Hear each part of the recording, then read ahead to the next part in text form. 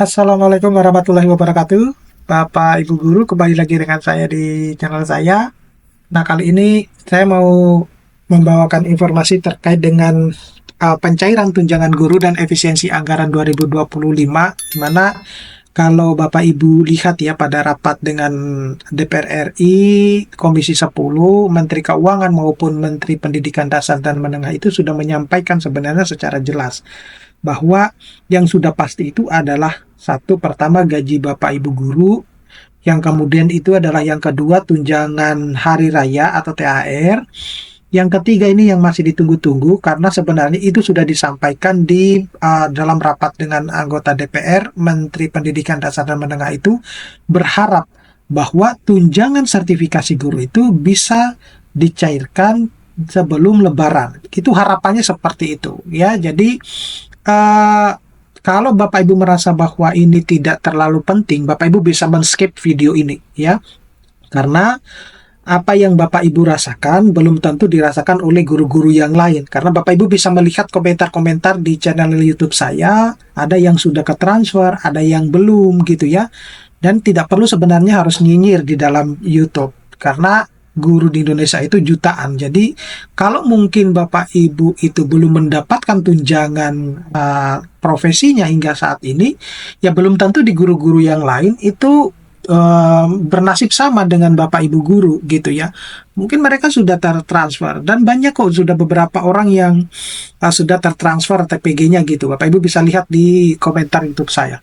Nah, apa yang saya sampaikan di sini, saya bukan mau memanas-manasi apa itu teman-teman guru, tetapi informasi yang saya sampaikan ini adalah informasi yang sebenarnya yang paling ditunggu-tunggu itu adalah pencairan tunjangan guru untuk triwulan pertama gitu ya. Nah, tentu saya memahami bahwa Bapak Ibu guru kepingin dong triwulan pertama atau tunjangan profesi triwulan pertamanya itu cair tepat waktu ataupun sebelum Lebaran. Siapa yang nggak mau kalau semacam itu ya. Nah, tetapi seperti yang sudah disampaikan oleh Menteri Pendidikan Dasar dan Menengah bahwa beliau itu berusaha untuk menginginkan bahwa tunjangan profesi guru itu bisa cair sebelum Lebaran. Tetapi kan yang mengeluarkan selanjutnya itu kan bukan kewenangan dari Menteri Pendidikan Dasar, tetapi itu adalah hak dari Menteri Keuangan dan Presiden, seperti itu. Nah, jadi secara garis besar, seperti yang sudah saya sampaikan tadi, bahwa yang pertama itu adalah pencairan tunjangan hari raya THR untuk guru ya. Jadi sekali lagi saya ulangi bahwa Menteri Keuangan kita itu telah mengkonfirmasi bahwa THR tahun 2025 itu tetap akan dibayarkan bagi seluruh ASN termasuk guru ya. Nah, kemudian isu pemotongan anggaran sempat menimbulkan kekhawatiran terkait kemungkinan THR itu terkena dampak, tetapi pemerintah memastikan bahwa tetap ada pencairan. Jadi Bapak Ibu guru tidak perlu khawatir bahwa Bapak Ibu tidak akan mendapatkan THR, itu sudah pasti dan sudah disampaikan. Jadi kalau Bapak Ibu tidak mau melihat video ini, silakan di skip. Bapak Ibu bisa mencari video ketika Sri Mulyani rapat dengan anggota DPR. Dan isunya dan sudah disampaikan bahwa THR itu akan cair 10 hari sebelum Lebaran yang diperkirakan jatuh pada 31 Maret 2025, hingga pencairan itu akan terjadi sekitar 20 sampai 21 Maret 2025. Jadi mungkin Bapak Ibu bisa melihat pencairan THR itu di rentang 20 sampai 21 Maret. Kemudian pencairan tunjangan profesi guru triwulan pertama ya. Ini yang ditunggu-tunggu tentunya oleh semua guru, bahwa tentu diharapkan bahwa untuk tunjangan profesi guru triwulan pertama itu bisa cair tepat waktu. Jadi kalau Bapak Ibu seperti yang saya baca di kolom komentar saya bahwa ini hoax, kemudian bohong, ya mending di skip saja, karena yang Bapak Ibu rasakan belum tentu dirasakan oleh guru-guru yang lain. Bisa karena guru-guru yang lain itu sudah tertransfer. Nah, sedangkan Bapak Ibu guru belum tentu. Jadi saya memahami keresahan dari Bapak Ibu guru gitu ya. Nah, sebenarnya yang diharapkan tentunya adalah selain THR, pemerintah itu juga sedang berupaya mempercepat pencairan tunjangan profesi guru triwulan pertama agar bisa diterima sebelum Lebaran.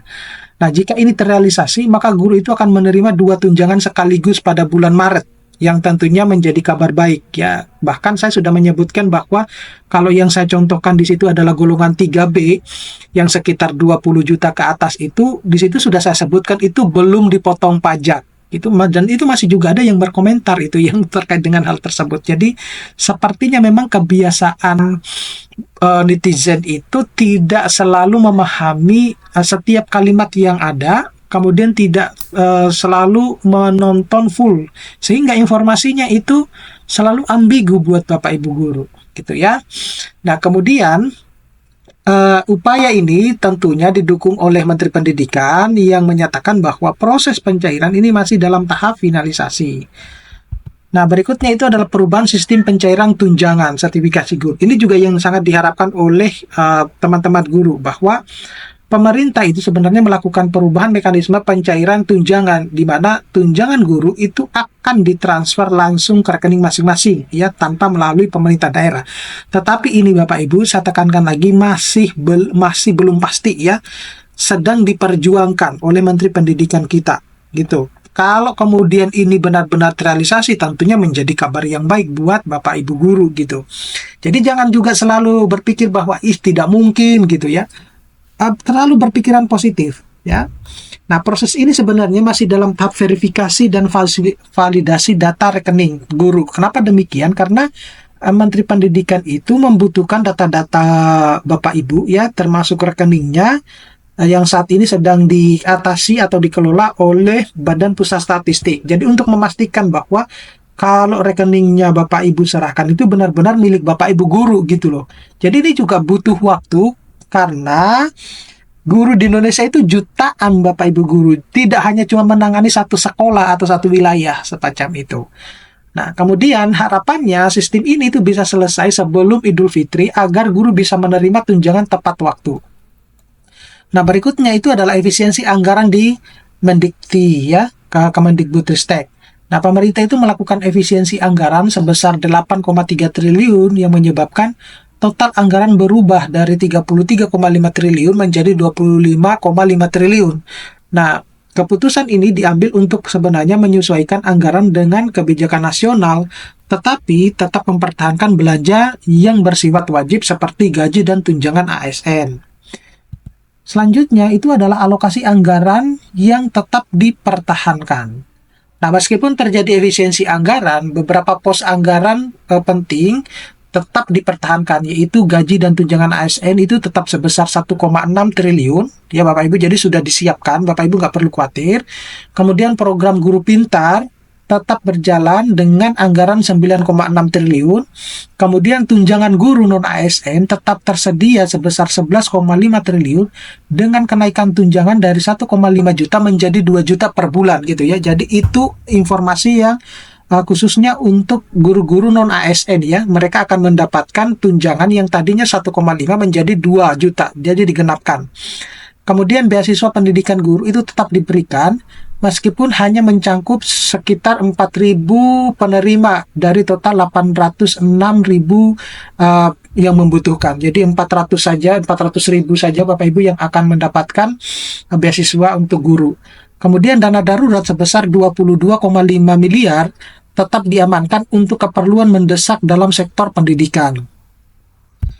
Dan yang keenam itu adalah efisiensi operasional kementerian. Jadi anggaran operasional kantor kementerian termasuk 105 unit pelaksana teknis UPT dan 19 atas pendidikan dipotong 50% dari 2,1 triliun menjadi 873 miliar.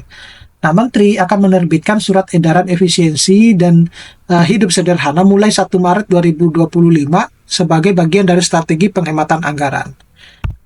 Nah, berikutnya itu adalah fokus pada program prioritas pendidikan. Nah, pemerintah itu tetap berkomitmen untuk mendanai sebenarnya program pendidikan prioritas seperti misalnya pendidikan profesi guru, untuk meningkatkan kompetensi guru, kemudian peningkatan pendidikan vokasi guna mendukung keterampilan tenaga kerja, perlindungan bahasa daerah agar tidak punah, akreditasi dan tes kemampuan akademik yang dijadwalkan berlangsung pada November 2025. Yang terakhir itu adalah anggaran revitalisasi sekolah. Jadi pemerintah itu mengalokasikan dana sebesar 17,1 triliun untuk pengembangan atau pembangunan dan revitalisasi sekolah. Namun pengalihan anggaran ini masih menunggu penyesuaian kebijakan baru sehingga belum dapat dieksekusi. Nah, jadi kalau saya simpulkan bahwa berita ini itu membawa kabar baik sebenarnya bagi para guru Indonesia dengan mengkonfirmasi bahwa THR dan tunjangan profesi guru triwulan pertama itu diharapkan akan cair pada bulan Maret 2025, khususnya untuk yang tunjangan profesi guru ya. Nah, pemerintah juga itu berupaya untuk memperbaiki sistem pencairan tunjangan agar lebih cepat dan langsung ke rekening guru gitu ya. Jadi tidak lagi melewati mengendap di rekening daerah dulu. Nah, di sisi yang lain, terjadi efisiensi anggaran yang cukup besar, tetapi pemerintah tetap memprioritaskan sektor pendidikan termasuk gaji ASN, tunjangan guru non-ASN, beasiswa guru, serta program pendidikan prioritas lainnya. Namun beberapa pos anggaran operasional mengalami pemotongan yang signifikan. Nah, langkah-langkah ini menunjukkan keseimbangan antara penghematan anggaran dan pemenuhan hak-hak guru sehingga diharapkan tidak mengganggu kesejahteraan tenaga pendidik Indonesia. Nah, jadi seperti itulah Bapak Ibu informasi yang bisa saya sampaikan. Nanti kita bisa ketemu pada video-video berikutnya. Saya akhiri, Assalamualaikum warahmatullahi wabarakatuh.